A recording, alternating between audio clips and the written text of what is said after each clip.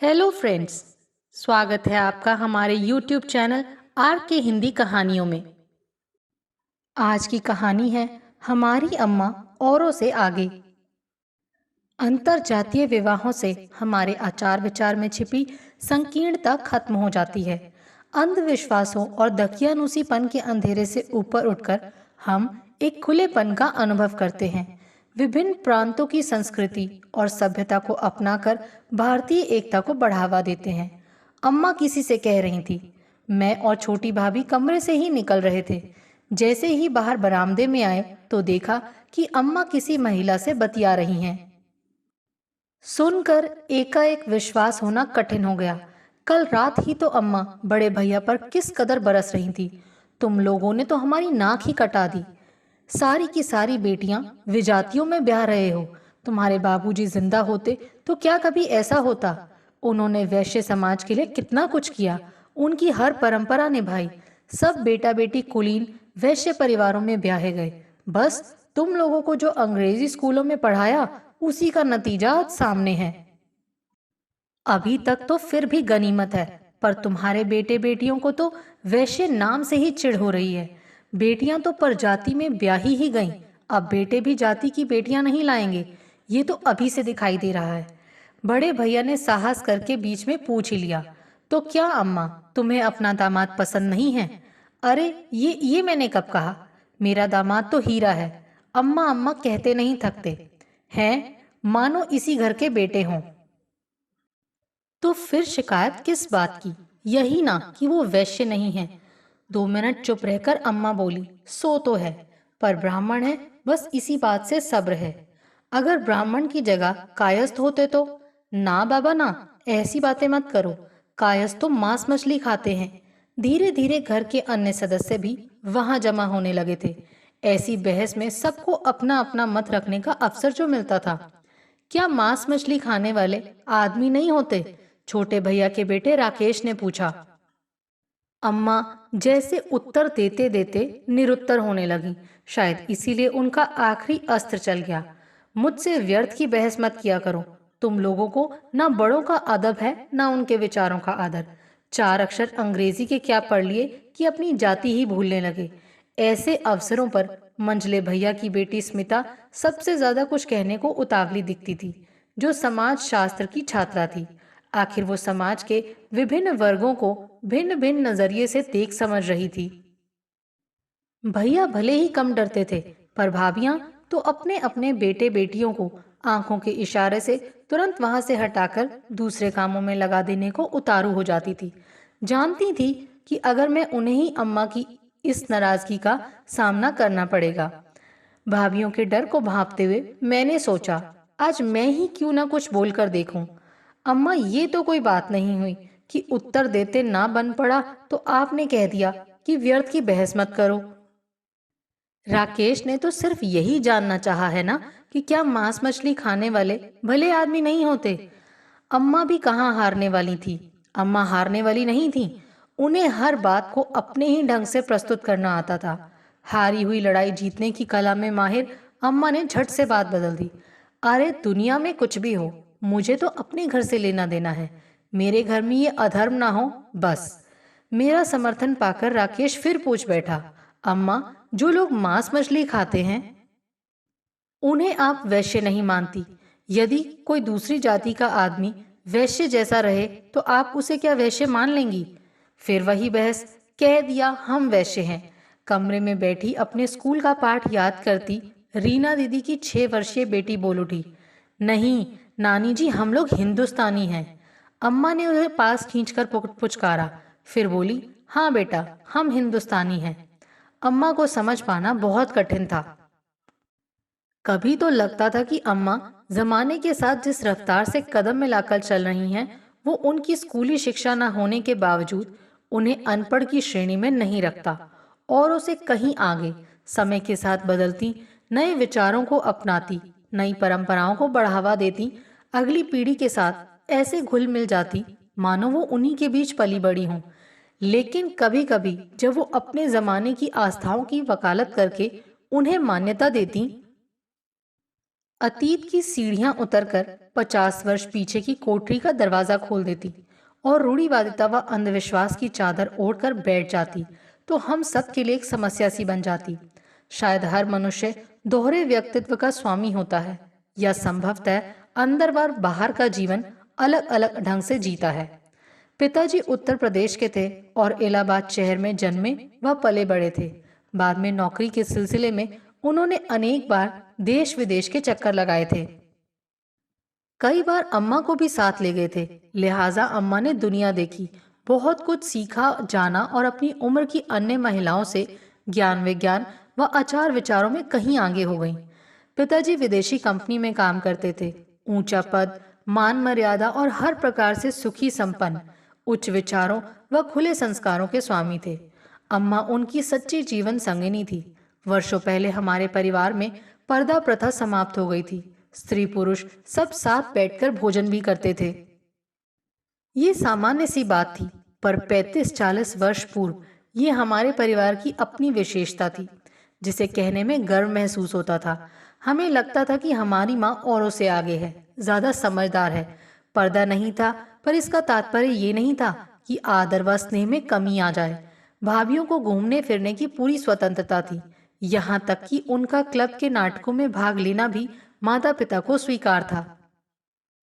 इतना सब होते हुए भी अपने समाज के प्रति पिताजी कुछ ज्यादा ही निष्ठावान थे।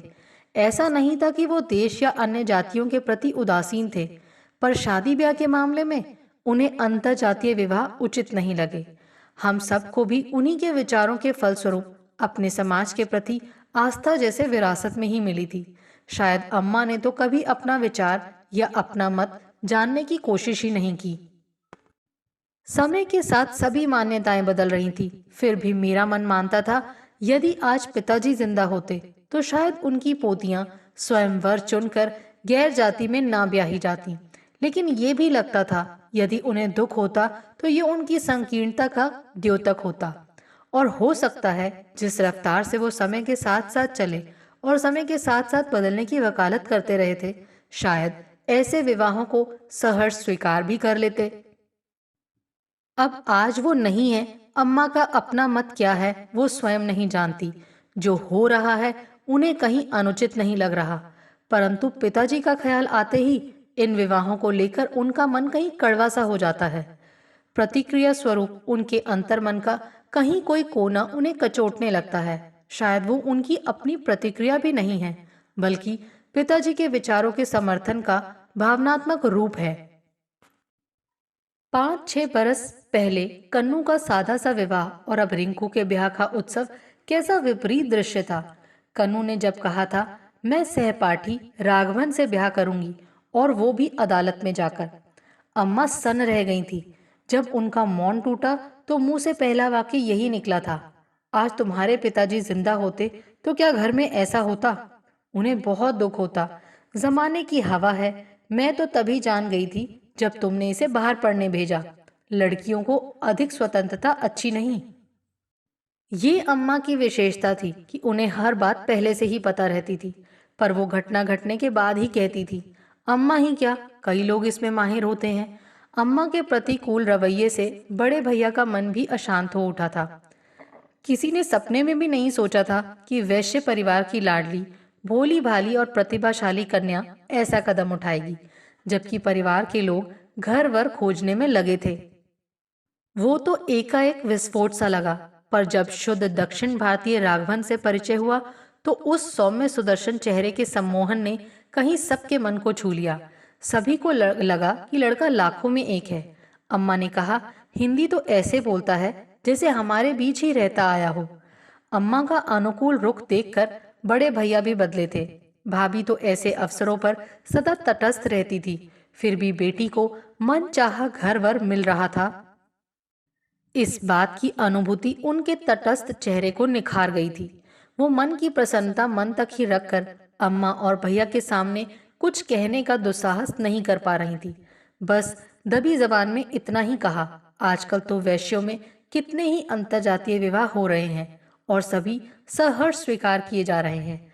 जाति की संकुचित भावना का अब उतना महत्व नहीं है जितना 15-20 वर्ष पहले था। इतना सुनते ही अम्मा और भैया साथ साथ बोल उठे, तुम्हारी ही शय है। उसके बाद जब तक विवाह नहीं हुआ भाभी मौन ही रही।